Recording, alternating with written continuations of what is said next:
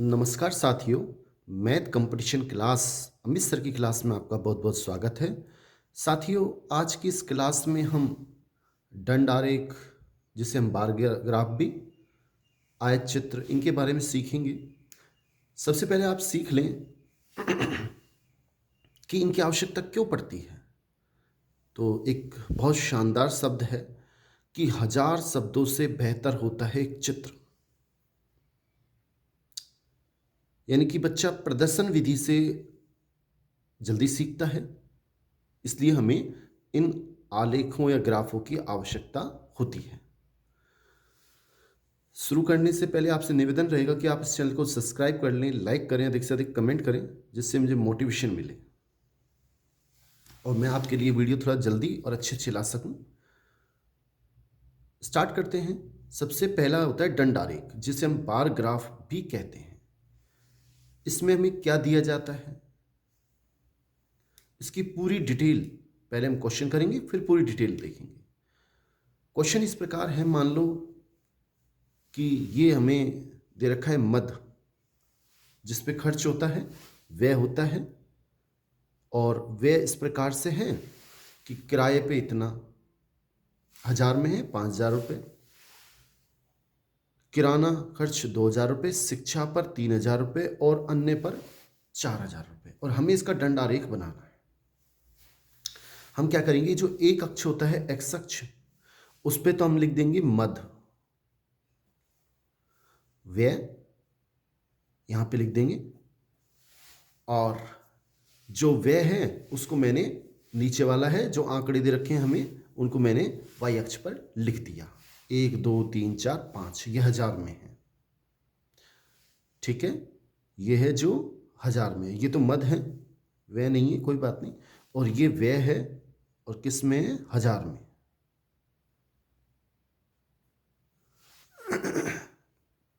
बहुत ही शानदार समझ में आएगा, एक बार आप देखने का प्रयास करें। हमें क्या करना है, किराया है, जैसे हमने यहाँ किराया लिख दिया और उसमें 5 है, तो हम जैसे यहाँ पे एक आयत बनाएंगे, स्तंभ बनाएंगे, जिसे हम दंड बोलते हैं। और कहाँ तक बनाएंगे, 5 तक। इस तरह से ये 5 तक ले जाएंगे, और ऐसे इधर ये मैंने इसमें 5 तक ऐसे इस तरह से बनाना है। और यहाँ पे हम लिखना चाहें तो यहाँ 5 लिख दें, और इसमें लिखना चाहें, कई बार लिखा आता है कि किराया, और यह इसको इसके नीचे लिख दें किराया। यहाँ पर एक ही बात है, कोई दिक्कत नहीं है। ये किराए पर 5000 को व्यक्त कर रहा है कि किराए पे 5000 रुपये खर्च हो रहे हैं।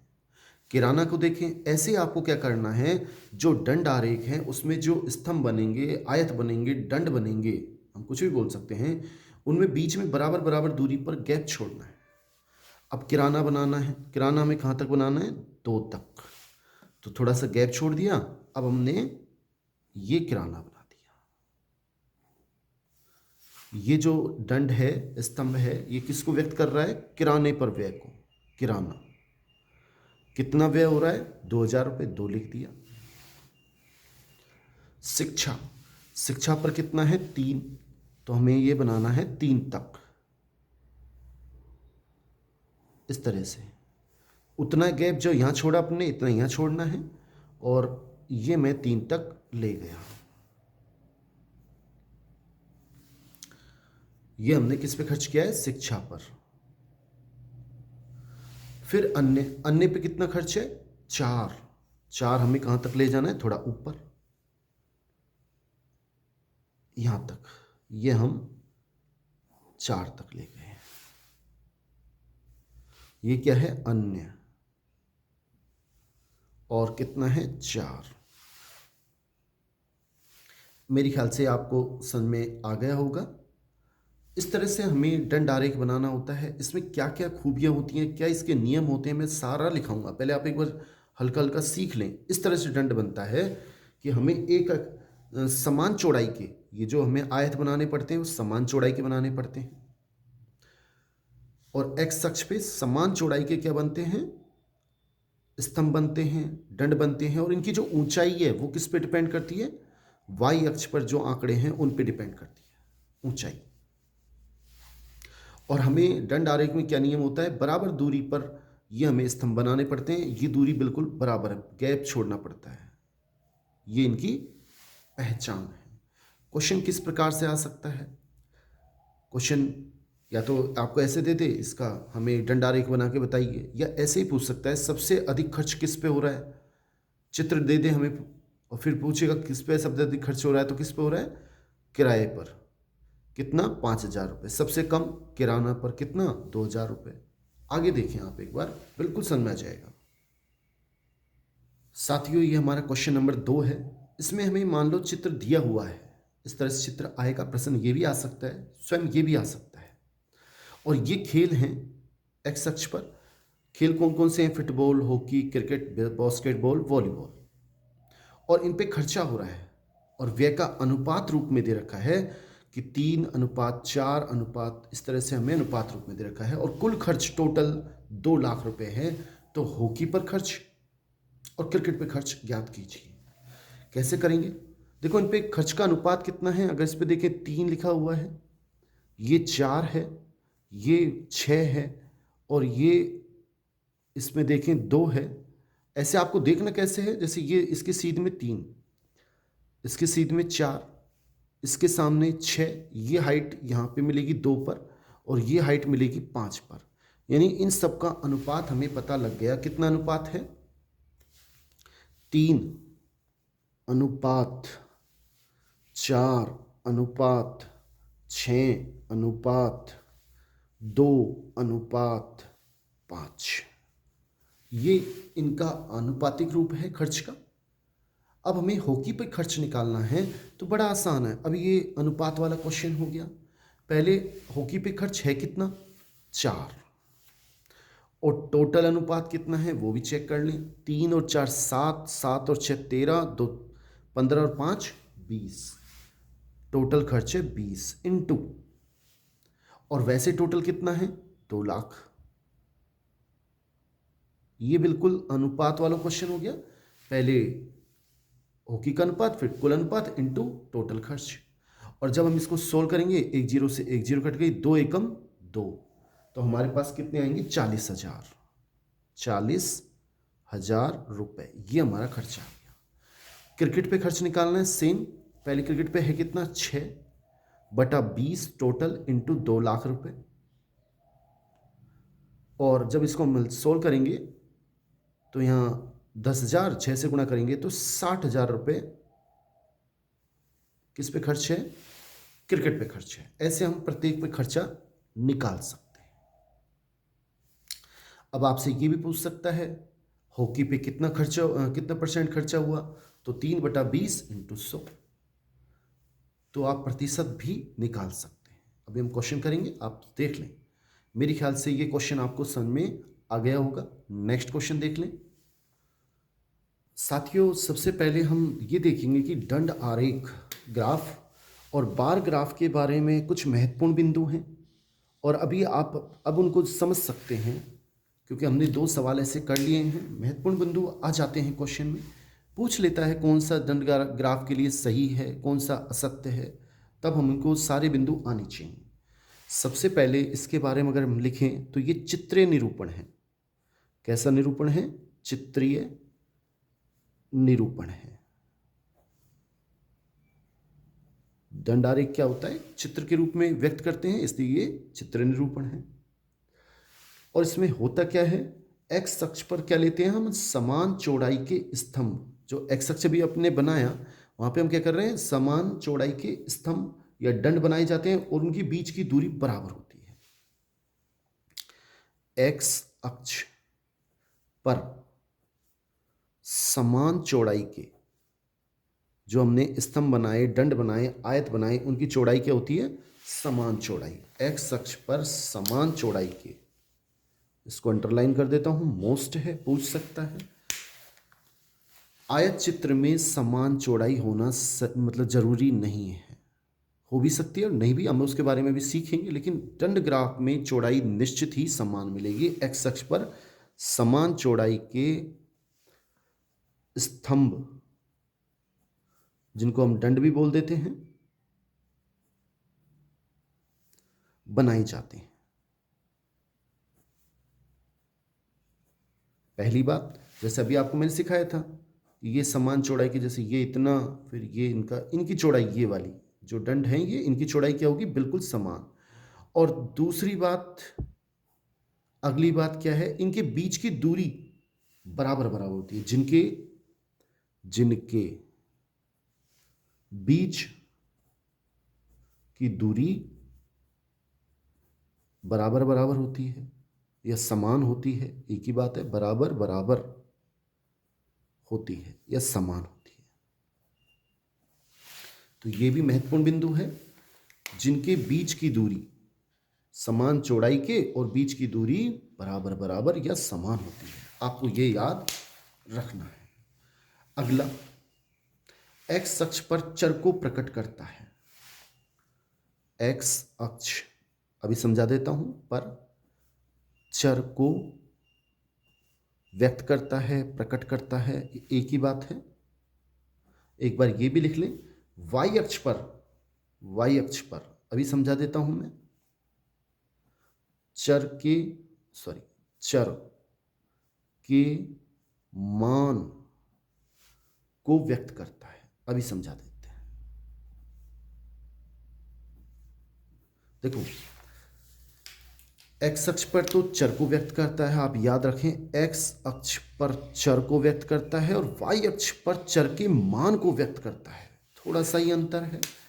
जैसे अभी हमने पढ़ा था, यहाँ पे तो क्या था, चर, जैसे यहाँ क्रिकेट, और वहाँ पे उसके मान को, कि इतना खर्चा क्रिकेट, यहाँ पे क्रिकेट था, यहाँ फुटबॉल था, तो यहाँ तो चर हैं, खेल हैं, और यहाँ ऊपर इसके मान आएंगे, कितने, इतना, 3 लाख का खर्चा, 2 लाख का खर्चा। अभी आपने क्वेश्चन देखे तो खर्च को तो ऊपर से पता लगेगा, इनकी हाइट से, और एक्स अक्ष पे चर को और वाई अक्ष पे चर के मान को व्यक्त करता है। अब हमने इनकी जो एक बात और सुने, स्तंभों की ऊंचाई चर के मान पर निर्भर करती है। चर का मान ज्यादा तो स्तंभ की ऊंचाई, दंडों ओब्लिक स्तंभों की ऊंचाइयां लिख देता हूं, चर के मानों पर निर्भर करती है। समझ लें आप इसको भाई, अगर चर का मान, अगर खर्चा ज़्यादा, चर का मान ज़्यादा तो स्तंभ की हाइट ऊपर होगी, और चर का मान कम है तो स्तंभ की जो ऊंचाई है वो कम होगी। तो स्तंभ या डंडों की ऊंचाइयां चर के मानों पर निर्भर करती है। ये दंड आरेख के बारे में हमें सीखना है, इसके अलावा कुछ नहीं सीखना है। सब चीज़ मैंने ले ली है, इससे अलग कुछ नहीं आएगा। चित्रीय निरूपण होता है, दंडों की चौड़ाई समान होती है, इनके बीच दूरी बराबर बराबर होती है, एक्स अक्ष चर को व्यक्त करता है, वाई अक्ष चर के मान को व्यक्त करता है, और दंडों की ऊंचाई चर के मानों पर निर्भर करती है। मान अगर अधिक है तो ऊंचाई अधिक, कम है तो कम होगी। नेक्स्ट, अब हम नए ग्राफ के बारे में सीखते हैं, आयत चित्र, वो क्या होता है। साथियों, नेक्स्ट पॉइंट है हमारा आयत चित्र, जिसका दूसरा नाम हिस्टोग्राफ भी है। अब जैसे ये क्वेश्चन दे रखा है, ये इसका आंसर है, मैंने कैसे बनाया बताता हूं। जैसे ये क्वेश्चन दिया हुआ आएगा आपको कि इसका आयत चित्र बनाइए, या इसका आयत चित्र कैसे बनेगा, आप देख लें एक बार। सबसे पहला ध्यान आपको क्या देना है, जब भी आयत चित्र बनाएंगे, हमने बनाया इसमें जो वर्ग अंतराल ये बनता किसके लिए है, अभी हम पूरी डिटेल जानकारी लेंगे किसके लिए बनाया जाता है। अभी जैसे हमने थोड़े समय पहले अभी तुरंत हमने दंड आरेख के बारे में पूरी जानकारी ली, एक्स अक्ष पर चित्र निरूपण है, वैसे इसकी भी लेंगे। पहले हम क्वेश्चन एक बार सीख लें। वर्ग क्या है इसमें, 10 से 20, ये सतत वर्ग अंतरालों के लिए बनाया जाता है, वो आंकड़ों के लिए, अवर्गित आंकड़ों के लिए, सतत वर्ग अंतरालों के लिए चल रहे हैं। 10 से 20, 20 से 30, 30 से 40, 40 से 50, 50 से 60। हमने क्या किया, एक्स अक्ष वही यहाँ पर, और यहाँ वाई अक्ष, और मैंने ये लिख दिया 0 से 10, 10 से 20, 20 से 30, 30 से 40, 50, इस तरह से बढ़ता गया। और बारंबारता लिखनी है हमें वाई अक्ष पर, और यहाँ मैंने देखा सबसे ज़्यादा कितना है, 6, तो यहाँ 1 2 3 4 5 6 तक मैं ले गया। 10 से 20 कितना है, 4, 10 से 20 4, मैंने यूँ 4 तक बना लिया। अब 20 से 30 क्या है, 20 से स्टार्ट होगा, 6 तक। अब इसमें खास बात क्या है, आयत चित्र में जो दंड बनते हैं, स्तंभ बनते हैं, उनके बीच कोई गैप नहीं होता, बिल्कुल लगातार चलते हैं सतत रूप से। बनना शायद आपको समझ में आ गया होगा। पहले 10 से 20 कितना, 4, तो हमने 4 तक बनाया। फिर यहीं से स्टार्ट हो जाओ 20 से 6, तो 20 से हम इसको और ऊपर तक ले गए 6 तक, 30 तक 6, इनको मिला दिया। फिर इस तरह से लगातार चलता है। तो सबसे पहला अंतर इनके बीच में यही हो गया कि वहाँ जो अपने दंड थे, स्तंभ थे, उनके बीच जो दूरी होती है, समान दूरी होती है, इनके बीच कोई दूरी नहीं होती। वो अवर्गीकृत आंकड़ों को व्यक्त करता है के लिए बनाया जाता है। ये सतत वर्ग अंतरालों के लिए बनाया जाता है। 20 से 30 6, 30 से 40 2, और 40 से 50 5, ये देखो 5 तक में ले गया, और 50 से 60 3 तक, 50 से ये 3 तक मैंने वापस बना लिया। ये इसका चित्र हो गया। मेरे ख्याल से आपको चित्र समझ में आ गया होगा। ये 4 तक है, ये 6 तक गया, ये 2 तक, और ये 5 तक, ये 3 तक। क्वेश्चन आपसे कुछ भी पूछ सकता है कि सबसे अधिक जो मान है बारंबारता का किस वर्ग अंतराल में है, 20 से 30 में। सबसे कम 30 से 40 में है। कितना है, 2 है। क्वेश्चन कैसे बन सकता है। क्वेश्चन और देख लेते हैं, समझ में आ जाएगा। साथियों, जैसे ये क्वेश्चन आया हुआ है, रिट मेन एग्जाम 2023 में आया था कि आयत चित्र, ये हमें दे रखा था, पूरा प्रश्न है, ये मैंने प्रश्न उतारा है कि आयत चित्र को पढ़ो और उन छात्रों की संख्या ज्ञात करो जिनका खर्च 40 रुपए से कम है। ये खर्च दे रखे हैं, ये 0 है। 0 से 20 तक जो खर्च करते हैं, ऐसे कितने स्टूडेंट हैं, 20। 20 से 40 रुपए के बीच में जो खर्च करते हैं कितने हैं, 10। 40 से 60 रुपए के में खर्च करते हैं, वो कितने हैं, 30।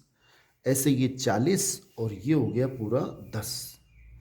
अब ऐसे कितने स्टूडेंट हैं जिनका खर्च 40 रुपए से कम है। भाई ये तो हो गया 20 तक, ये खर्च है 20 रुपए तक खर्चा, ये 40 तक खर्च। अब 40 रुपए से कम खर्च वाले कितने हैं, 10 प्लस 20, यानी कि टोटल हो गए 30 स्टूडेंट ऐसे हैं जिनका खर्चा 40 रुपए से कम है। 0 से 20 तक तो हैं 20, 20 से 40 तक 10, तो टोटल हो गए। बड़ा आसान, सेकंडों में इसका आंसर था। तो इसका सही आंसर क्या था, उसमें ऑप्शन में दे रखा था ए 10, बी 20, सी 40 30 और डी 40। तो इसका ऑप्शन हमारा हो जाएगा सी आंसर, कि 30 स्टूडेंट ऐसे हैं जिनका खर्चा 40 रुपए से कम है। अब कितने स्टूडेंट ऐसे हैं जिनका खर्चा 60 से 80 के बीच में है, 40 स्टूडेंट है। कितने स्टूडेंट हैं जिनका खर्चा 40 से 60 के बीच में है, 30 स्टूडेंट हैं। 80 रुपये खर्च से कम है, उनका खर्चा बताइए। 80 रुपये से कम है तो इन सबको जोड़ दीजिए। 20 10 30 30 60 और 40, 100 स्टूडेंट ऐसे हैं जिनका खर्चा 80 रुपये से कम है। मेरे ख्याल से आपको समझ में आ गया होगा। नेक्स्ट देख लेते हैं क्वेश्चन। साथियों, ये क्वेश्चन देखिए आप, बहुत ही शानदार क्वेश्चन और आसान नहीं है। नहीं समझोगे तो समझ में नहीं आएगा। इसमें क्या करना है कि हमें वर्ग अंतराल दे रखा है 10 से 20, 20 से 40, 40 से 50, 70 से 80, बारंबारता भी हमें दे रखी है, और हमसे कह रहा है इसका आयत चित्र बनाओ या हिस्टोग्राफ बनाना है। अब इसका आयत चित्र कैसे बनेगा वो आप अच्छे से समझ लें, समझ में आ जाएगा। इसमें ध्यान क्या देखना है कि ये क्वेश्चन में आप डायरेक्ट नहीं बना सकते। इसमें जो चौड़ाई है नीचे दंड आरेख में, आयतों की चौड़ाई हमेशा समान होती है, हमेशा समान। लेकिन आयत चित्र में चौड़ाई डिपेंड करती है अंतराल पर, सतत वर्ग अंतराल पर। पिछले जो 2 क्वेश्चन किए उन दोनों में वर्ग अंतरालों की जो गैप था, चौड़ाई थी, वो समान थी। अब नहीं है। अब इनके बीच देखो 10 का अंतर है, या 20 का अंतर है, या 30 का अंतर है, या 10 का। अगर ऐसे बदलता है तो चौड़ाई भी बदलेगी। और ऊंचाई बारंबारता के समानुपाती होती है। क्यों होती है मैं लिखवाऊंगा अभी, आप समझ लें एक बार। पहले 10 से 20 ये बनेगा हमारा ये तो आ गई चौड़ाई। अब ऊंचाई किस पे डिपेंड करती है? हमें ऊंचाई निकालनी है इसकी। तो हम ऊंचाई कैसे निकालेंगे इसकी? कितनी ऊंचाई तक जाएगा उसका सूत्र है। सबसे पहले इसकी बारंबारता कितनी है? 5। फिर इनके बीच अंतर कितने का है? 10 का। और इनटू हम एक इकाई कितना मान रहे हैं, जैसे यहाँ से यहाँ तक एक इकाई 10-10 मान रहे हैं, हो सकता है 20-20 माने या 40-40, जो मानेंगे। बीच का गैप कितने का है, मतलब एक तरह से हम कितने बीच का गैप मान रहे हैं? 10-20, एक इकाई हम मान रहे हैं 10, तो ये आ गया 10। तो इसका 10 से 10 कटा कितना आ गया? 5। ये पहले वाले की ऊंचाई आ गई। दूसरे वाले की निकालनी है तो पहले तो इसकी बारंबारता लिखो, फिर इनके बीच का गैप लिखो 20 इंटू एक इकाई का डिफरेंस हमने 10-10 का माना है, 10-10 की गैप दिया है, 10-10 का कितना आएगा? 4। यानी कि अब की बार आएगी इसकी हाइट 4। चित्र बनाते हैं। पहले वाले की हाइट कितनी आई? 5, यानी कि ये जाएगा 5 तक। कहाँ तक जाएगा? 5 तक, यानी कि मुझे और थोड़ा ऊपर लेके जाना पड़ेगा वाई अक्ष, और ये बिंदु आ गया मान लो 5।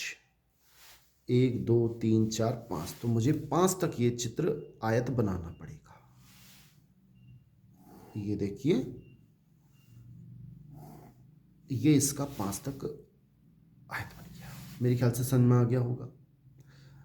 अब यहाँ 5 लिख देता हूँ बारंबार तक। इसको लिखें चाहे नहीं लिखें कोई बात नहीं, अगर लिखना चाहो तो लिख सकते हैं। अब अगले वाले की कितनी है? 20 से 40, ये 20। अब चौड़ाई बदल गई। दंड आरेख में चौड़ाई बिल्कुल हमेशा बराबर होती है, ऊंचाई चर के मान पर निर्भर करती है। आयत चित्र में चौड़ाई वर्ग अंतराल पर निर्भर करती है और ऊंचाई बारंबारता के समानुपाती है। समझ में आ रहा होगा। अब आप देखें चौड़ाई कितनी है, ये कितना है? 20 से 40 तक, यहां तक बनेगा। कितना लेके जाना पड़ेगा? 4 तक। अब हमको यहां से, ये देखो ये रहा 4, एक तो ये रहा और एक 4 ये रहा,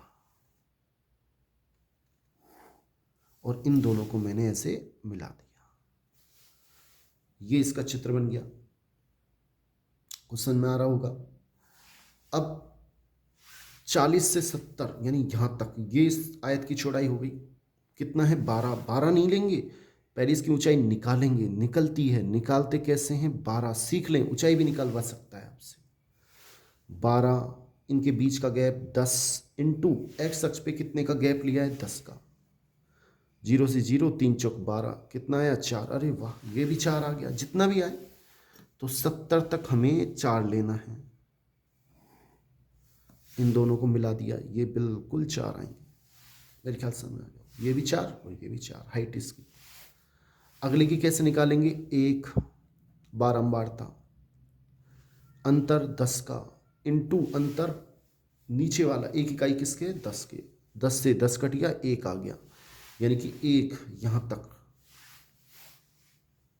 इसके यहां तक, ये हम 1 तक ले लेंगे ऐसे। इसकी हाइट आ गई 1। इस तरह से इसका चित्र बनेगा। तो मेरे ख्याल से समझ में आ गया होगा हाइट कैसे निकाली जाती है। अगर वर्ग अंतराल समान है, बिल्कुल बराबर है, तो हाइट बारंबारता सीधी, और अगर अंतराल बराबर नहीं है तो फिर आयतों की चौड़ाई बदल जाएगी, और चौड़ाई बदलेगी तो उनकी ऊंचाई इस तरह से निकाली जाती है। मेरे ख्याल से आयत चित्र बनाना आप बिल्कुल सीख गए होंगे। 2 तरह के होते हैं, या तो वर्ग अंतराल में जो 10 से 20, 20 से 30 बिल्कुल ठीक है, और अगर गैप है तो इस तरह से चौड़ाई बदलेगी। अब इसके बारे में कुछ महत्वपूर्ण बिंदु हैं, वो भी सीख लेते हैं। साथियों, महत्वपूर्ण बिंदु को जरूर सीख लें, क्योंकि एक बार आप सारे कंसेप्ट सीख गए तो फिर क्वेश्चन गलत नहीं होता, निश्चित है। सबसे पहले आप ये समझ लें, जो आयत चित्र है, आयत चित्र जिसे हम हिस्टोग्राफ भी कहते हैं, उसके लिए कुछ महत्वपूर्ण बिंदु क्या क्या हैं वो सुने आप एक बार। ये किसके लिए प्रयुक्त किया जाता है? सतत वर्ग अंतराल के लिए प्रयुक्त किया जाता है। निरूपण लिख देता हूं, चित्रीय निरूपण। चित्रीय निरूपण है। देखो वो भी चित्र निरूपण था, ये भी चित्र निरूपण है। वो अवर्गीकृत आंकड़ों के लिए था, ये सतत वर्ग अंतरालों के, लगातार चलेंगे, गैप नहीं होगा बीच में, पहली बात।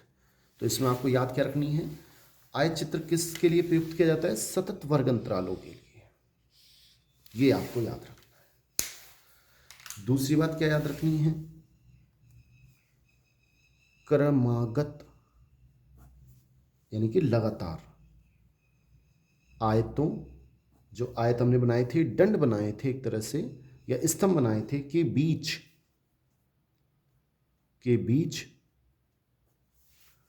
कोई भी रिक्त स्थान नहीं होता, कोई रिक्त स्थान नहीं होता है। फिर समझ लें, जो क्रमागत दंड बनाते हैं उनके बीच कोई रिक्त स्थान लगातार बनते हैं। हमने उसमें देखा था दंड में तो गैप बनता है बीच बीच में थोड़ा जगह छोड़ के, लेकिन इसमें लगातार चलते हैं। दंडों के बीच कोई रिक्त स्थान नहीं होता, आयतों के बीच, स्तंभ के बीच, ये तीनों एक ही शब्द है, आयत, दंड या स्तंभ के बीच कोई रिक्त स्थान नहीं होता, और उसमें रिक्त स्थान होता है। अगर आप जब पूरक चित्र बनाएंगे तो इसे बोला जाता है कि ये जो आयत चित्र है, आयत चित्र एक ठोस आकृति के समान दिखाई देती है,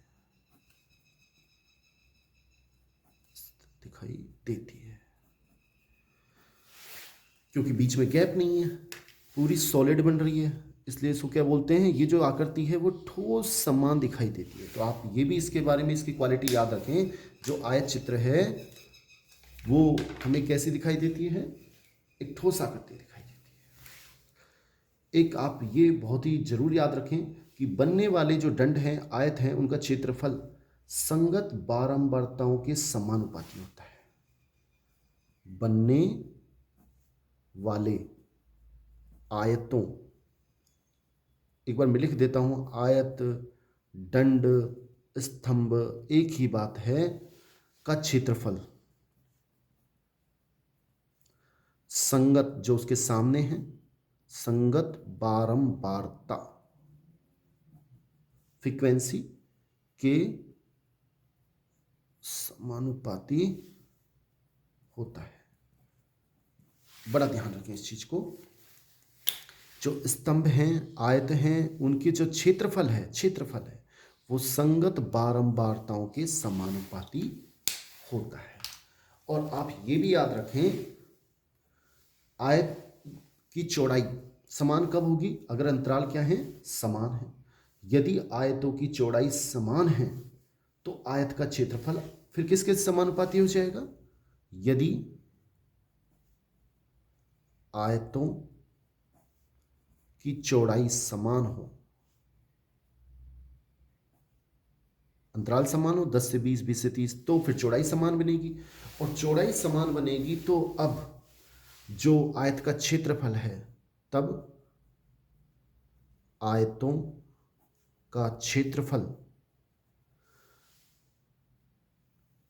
बारंबारता के समानुपाती तो है ही, तो फिर किसके समानुपाती हो जाएगा, वो आयत की लंबाई के समानुपाती हो जाएगा।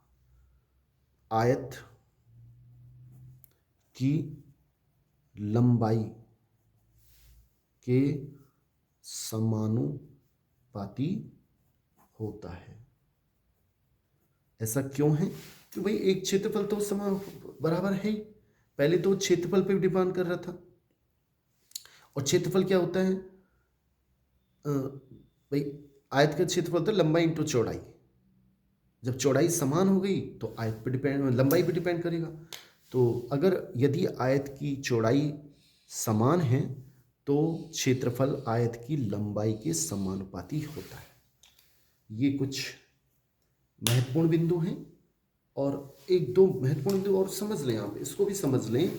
जो उसकी चौड़ाई है, आयत हम बना रहे हैं, आयत चित्र में किस पे डिपेंड कर रही है, आपने देखा होगा, वो वर्ग अंतराल पर डिपेंड कर रही है। अगर अंतर समान है तो समान चौड़ाई, और वर्ग अंतराल अगर बड़ा है, बीच में गैप ज़्यादा है, तो आप इसको भी याद रख लें कि जो आयत की चौड़ाई है, आयत चित्र में, आयत की चौड़ाई, आयत चित्र में जो आयत बन रहे हैं, स्तंभ बन रहे हैं, उनकी जो चौड़ाई है वो किस पे डिपेंड कर रही है? वर्ग अंतराल के बराबर होती है। अभी हमने दो चित्र बनाए, उनको ध्यान से आप देखें दोबारा कि जो चौड़ाई है वर्ग अंतराल पर निर्भर करती है। आयत चित्र में आयत की चौड़ाई दंड आरेख में तो समान होती है, कभी नहीं बदलती, और ये इसमें किस पर डिपेंड करती है?